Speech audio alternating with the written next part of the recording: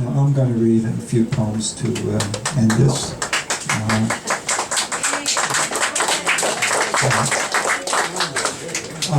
We're hearing a lot of history lessons in Congress and in the Senate about Nazi Germany and many betrayals and so on.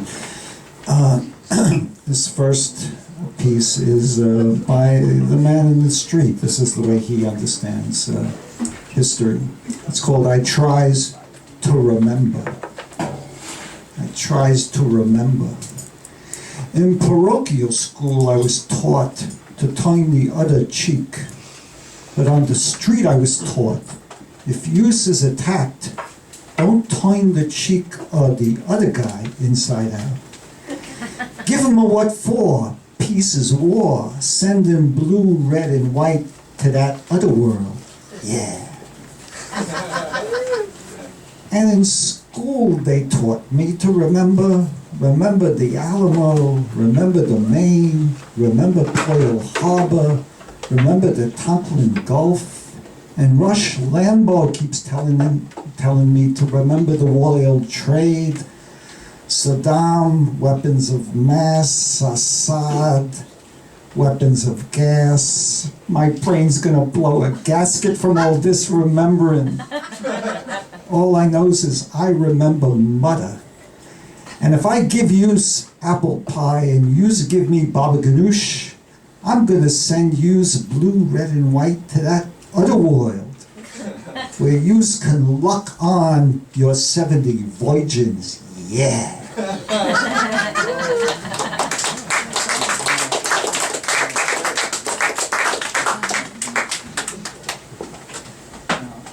I'm going to do something I haven't done before with Fred Simpson on drums. It's a jazz poem. And Fred's brought his congas or his bongos. And if Leaf is here, he can join us. But if not, I'll just work. No, we haven't rehearsed this, so this is going to be based just on...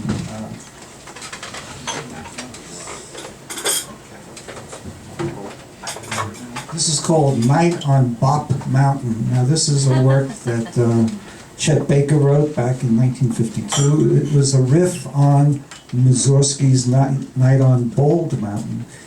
And this is for Chet and Charlie Mingus, Diz, Hoagie, Miles, Harry Belafonte, Billie Holiday.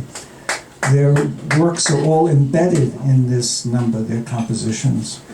And I just want to say these are people like Benny Goodman and Artie Shaw, who welcomed Billie Holiday and Lionel Hampton to the stage in the 30s, that set the civil rights movement going. And I really want to pay tribute to that and to these fantastic African-American musicians who changed our lives with their music. So this is Night on Bop Mountain, and I'm going to have Fred start with the drums. This is for Chet, Mingus, Diz, Hoagie, Miles, Harry, and Billy. Okay.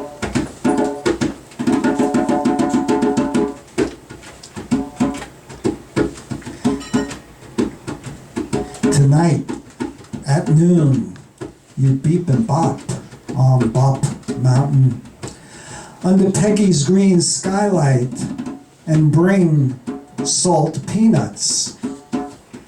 Crazy as a Looney Tune tonight on Bop Mountain. You bugaloo the Haitian fight song, slice and cut, blow a gasket. Bemsha swing, you swing the tune, wailing night on Bop Mountain. Down to sand dune, banana boat. You're going nuts. So bring salt peanuts.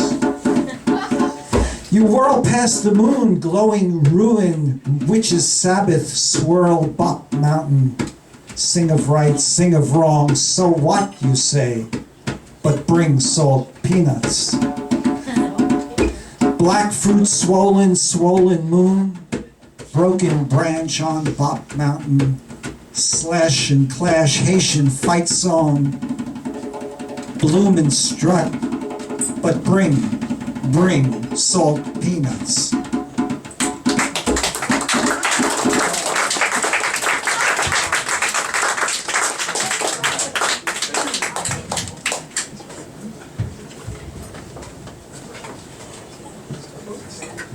That phrase, bloom and strut, segues into my next poem, which is entitled Bloom and Strut. Now, we're living in a time, this reading for me is dedicated to parodies, parables, and allegories. And if Alexander Pope were alive today and could write the Dunciad in today's world, he would be going nuts, I guess. He'd be having the time of his life. So this is an example of something that Alexander might have written, might write if he were alive today. This is my poem called Bloom and Strut.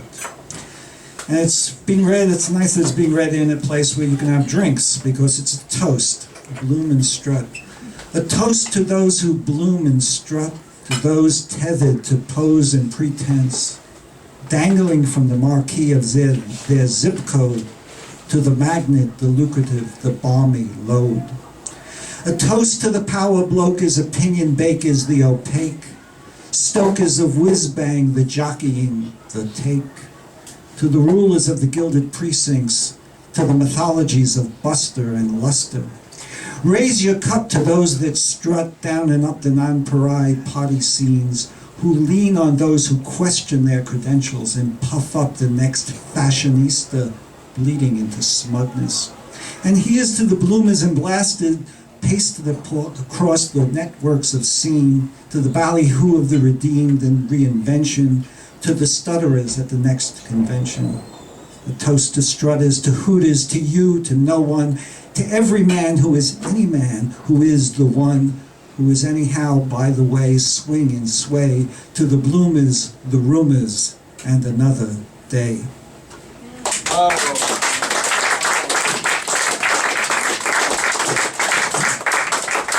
Now, again, this is parables and allegories.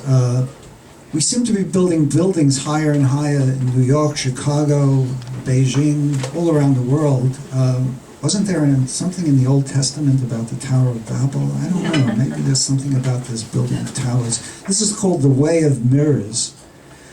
We imagine what we want to be, hear what we want to hear, see what we will see, the acid thorn, the ashen sear, crow upon cradle, death upon birth, the shadow on the hill, cave beneath earth. Our eye reflects the sky above, the broken cloud, the folded lie, flash of light, knife of love, the poison thorn says all must die. We build a tower beyond the light, despite the seer's harsh cry. Watch the tower fold in dust, dust that whispers, all must die.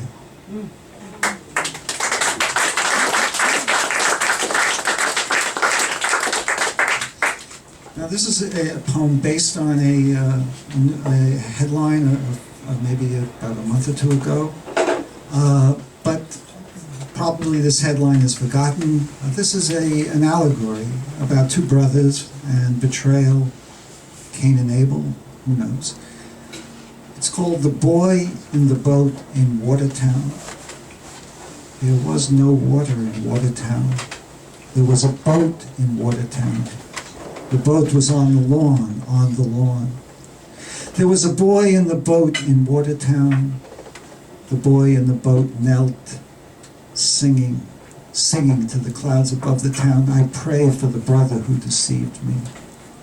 The boy gazed at his wounds in the boat in Watertown. The boy prayed for water in Watertown. The boy saw a black crucifix rising to the clouds above. The boy sang, this is not the way it was supposed to be. The boy sang, I pray for the brother who deceived me. The boy sang, perhaps the crucifix is not a crucifix, but a tree. The boy heard a rustling of trees, perhaps a gathering, he thought, a gathering of tribes from across the seas. 3 windows opened above the sky, beyond the seas. The boy began to climb the rustling of the trees. Perhaps he is still climbing above the sky, beyond the seas.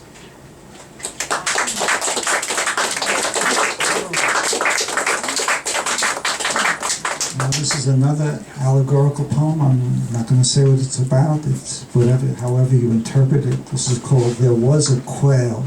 And I write a lot of poems about birds. The last reading, there were several, and this adds to that. There was a quail. There was a quail, yes, a quail, wounded in the wing, looking up in wonder at the hunter in the sky. There was a quail, yes, a quail, forgetting how to sing, his flame bleeding back into the shadow of a sigh.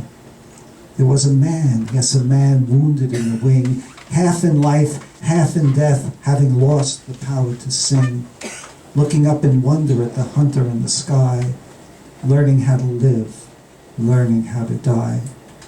They came from the forest, they came from the hill, the birds gathered round to hear the wisdom of the song. They leaned closer to his lips, but his lips were chill, the sky was deep, and the river long.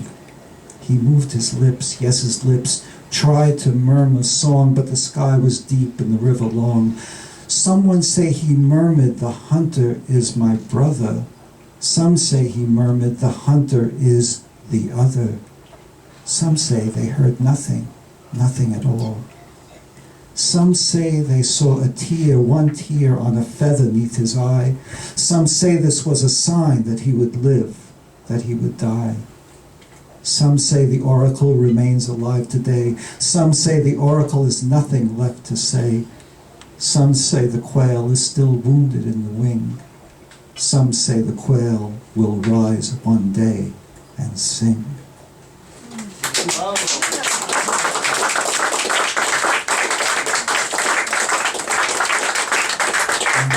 Along these lines, there was a house. There was a house in the town of K. There was a boy who played outside the house every day. There was a mother who sent a boy to school every morning. The boy skipped to school each morning, singing to the birds. There was a cradle rocking in the town of K. There was a child crying for his mother in the cradle. There was a mother who came to hold the child in her arms. The mother rocked the child in her arms, in her arms. There was a child born into this world in the town of K. There was a mother crying out in pain. There was a mother looking into the eyes of the infant. There was a time before when the infant was not born. There was a time when hawks circled above the town of K. There was a time when hawks hovered above the town. There was a time when hawks descended on the town. There was a time before when the people were not born.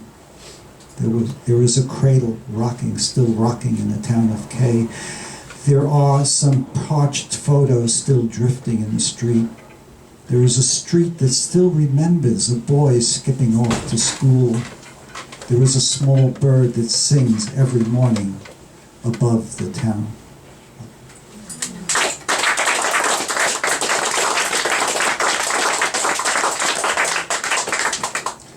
Now, this poem is called 10 White Geese. Again, I'm not going to try to explain it, but Peter's poem, something is in the background of this, and in my own mind, Eliot's The Hollow Man was kind of reverberating, and was maybe the inspiration for this poem. It's called 10 White Geese. We live in the hole of uselessness. We are 10 white geese forged in caveat lector, reader beware.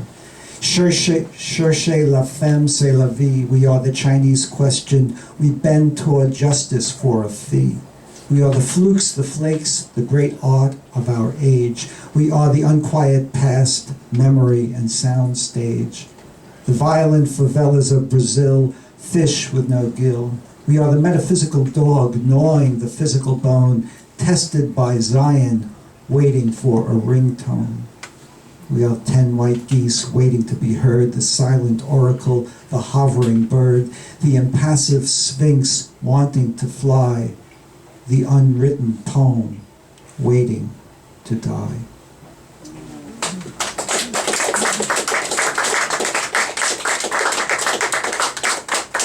I just have two more poems. It was a celebration of Martin Luther King's March on Washington, and PBS showed documentaries related to this, and there was one on James Baldwin. And in this documentary, the man who was with James Baldwin when he passed away spoke a little bit about what he saw and felt, and this is in his voice. Death comes for James Baldwin. He said, James Baldwin said, I saw her picture on the wall. I gave him a straw, he could swallow no more. He could swallow no more, his throat was dry, dry as Death Valley floor. He could swallow no more. He stared at the picture. Was there light in her eye? Was it dark? Was it black? Was it black, what he saw? He said, I remember what it was like before. Was it dark? Was it black? Was it black, what he saw? Was he thinking of Pine? Was he thinking of Beale Street? Was he riding the Culver or the West End line? Did he see a tower of gold? Did he see the morning star? Was he opening? Was he closing the door? Did he see Martin? Did he see Malcolm? Did he see Moses at the door? Was the bush burning? Was his tongue on fire? Was the law given? Was the law taken as he went out the door? He looked out at the mountain. Did the dungeon shake? Was it Jacob's ladder that he saw? Was there a flame rising, a wall of fire that he saw? Was there another country, a tower of gold, an anointed vessel that he saw? Did he hear thunder? Was he lost? Was he found? Was there light upon the wall?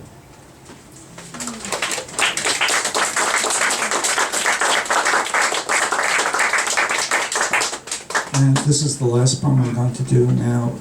I attend several workshops in the city, and there are some wonderful poets in these workshops. Many of them, some of them don't read their works at readings like this. I'm urging them to. This is a poem by a wonderful woman poet in one of these workshops. And she occasionally writes poems about her experiences in the hard knock world of being a single woman in New York City. And this is a poem in her voice. Now, when she presents a poem like this, usually the workshop people start asking her questions about her personal life. They're gossipy poets. So she begins the poem as some of her poems are begun, and then she addresses the people at the poetry reading, and then the poem turns on me, the poet. It's called He Was Hot. I saw him, he was hot or not. We went back to his disheveled room, boom. I thought, what you got? Dust, dust, dust, must. Must I? Do I trust again? So what you got? With sigh, zip down his fly. Not much, put it back, I said, back to the valley of the dead. Then I said, hey man, what about roses, dinner at the Waldorf? You're a man, have a plan. Buy me a necklace. Whatever happened to chivalry, subtlety, la belle dame sans merci? And you know what happened next? Well, I'm not going to tell you, you gossipy poets. This is a workshop. Tell me about the poem. This persona is not me, whoever I am. I'm chaste as a snowflake. Not the flaky flake you imagine, the margarine of your imagination. This Marlena, this Garbo, this diva, this Siva Nataraja is my doppelganger gang. So stop the leering queries. Get a life. Give me my palm at the end of the mind. I'm just a honey bun, a girly with quips, so whirly-twirly with my pen. And you, the poet, trying too hard, so hard to recreate my voice, you can't do it. The crevice is too fickle, too shaded, you pickle. So let me sing. So long, farewell, auf Wiedersehen, goodbye. I flit, I flirt, I fleetly flee, I fly. The sun has gone to bed, and so must I, no questions. Adieu, adieu, to you and you and you. Goodbye. I